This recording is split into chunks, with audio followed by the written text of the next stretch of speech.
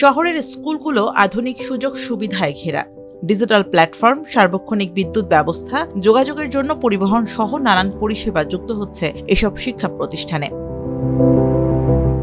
একই সময়ে খোলা আকাশের নিচে পাঠদান চলছে দেশের প্রান্তিক অঞ্চলের কোনো বিদ্যালয়ে। ভবন ধসের শঙ্কায় প্রচণ্ড রোদ মাথায় নিয়ে দিনের পর দিন এভাবেই ক্লাস করছে শিশুরা।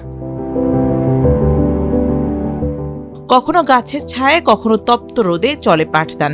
বৃষ্টি নামলে থেমে যায় ক্লাস, ছুটতে হয় আশ্রয়ের খোঁজে। এভাবেই চলছে পঞ্চগড় সদর উপজেলার দক্ষিণ কাশিমপুর সরকারি প্রাথমিক বিদ্যালয়ের শিক্ষা কার্যক্রম। আমাদের একটি ভবন সেটি ভেঙে গেছে, ওই কারণে আমরা বাইরে পড়াশোনা করি। বাইরে পড়াশোনার কষ্ট হয় অনেক, রোদ বৃষ্টি হয়। আমাদের বিদ্যালয় ভেঙে গেছে, এই জন্য আমরা ভালো করে পড়াশোনা করতে পারি না। আমাদের স্কুলে প্রতিদিন বিল্ডিং ভাঙে পড়তেছে, আমরা ক্লাস করতে পারতেছি না।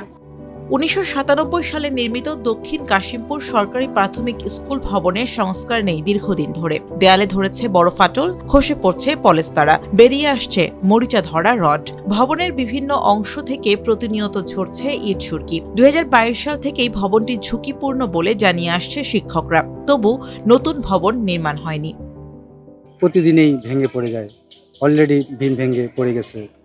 শিক্ষার্থীগুলোর আমাদের বিদ্যালয় যথাযথ কর্তৃপক্ষ পরিত্যক্ত ঘোষণা করেছে। আমরা বিদ্যালয়ের ভিতরে ক্লাস নিতে পাচ্ছি না, বাইরে আমরা মাঠে রোদে, গাছেও তেমন নেই, মাঠের মধ্যে আমরা রোদে অনেক কষ্ট করে ক্লাস নিচ্ছি।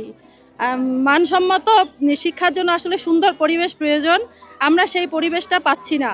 শিশুদের জন্য নিরাপদ ও মানসম্মত শিক্ষার প্রতিশ্রুতি কবে বাস্তবায়ন হবে পঞ্চগড়ের এই সরকারি প্রাথমিক বিদ্যালয়ে? প্রশ্ন উঠেছে, শিশুদের নিরাপদ শিক্ষার বিষয়টি কি আদৌ গুরুত্ব পাচ্ছে?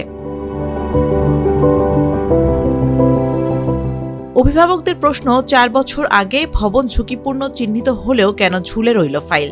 কেন নেওয়া হলো না কার্যকর উদ্যোগ? পুরনো ভবন সংস্কার আর নতুন ভবন নির্মাণের অপেক্ষা আর কতদিন গড়াবে? এই স্কুলে আসলে কোনোভাবেই বাচ্চা আমরা পাঠাতে চাই না, কারণ আসলে লেখাপড়ার চেয়ে জীবনের মূল্যবোধ অনেক বেশি। আমাদের বাচ্চা যদি বেঁচে থাকে, কারণ এর মধ্যে অনেক বিল্ডিংয়ের ছাদ ভেঙে পড়ছে। দক্ষিণ কাশিমপুর স্কুলের এই বাচ্চাগুলো মাঠে ক্লাস করতেছে, একটু বৃষ্টি বাদল আসলে এই বর্ষার দিনে এই বাচ্চাগুলো নিয়ে একটু মাথা গুজাবে তারও ঠাঁই নেই। বর্তমানে স্কুলের অবস্থা খুবই খারাপ। স্কুলটা ভেঙে যাওয়ার কারণে বাচ্চাগুলোকে ঠিকমতো স্কুলে পাঠাতে পারছি না, ঠিকমতো ক্লাস হচ্ছে না। সময় ও বরাদ্দের নির্দিষ্ট তথ্য জানাতে না পারলেও নতুন ভবন নির্মাণের আশ্বাস পুনর্ব্যক্ত করলেন জেলা প্রশাসক।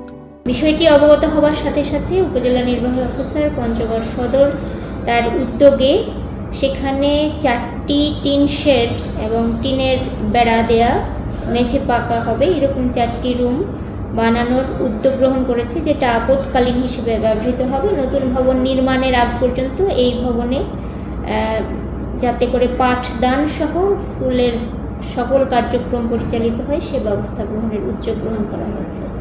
পাশাপাশি এই পুরনো জরাজীর্ণ ভবন সরিয়ে সেখানে একটি নতুন ভবন নির্মাণের জন্য সংশ্লিষ্ট মন্ত্রণালয়ে প্রস্তাব প্রেরণের প্রক্রিয়া চলমান রয়েছে।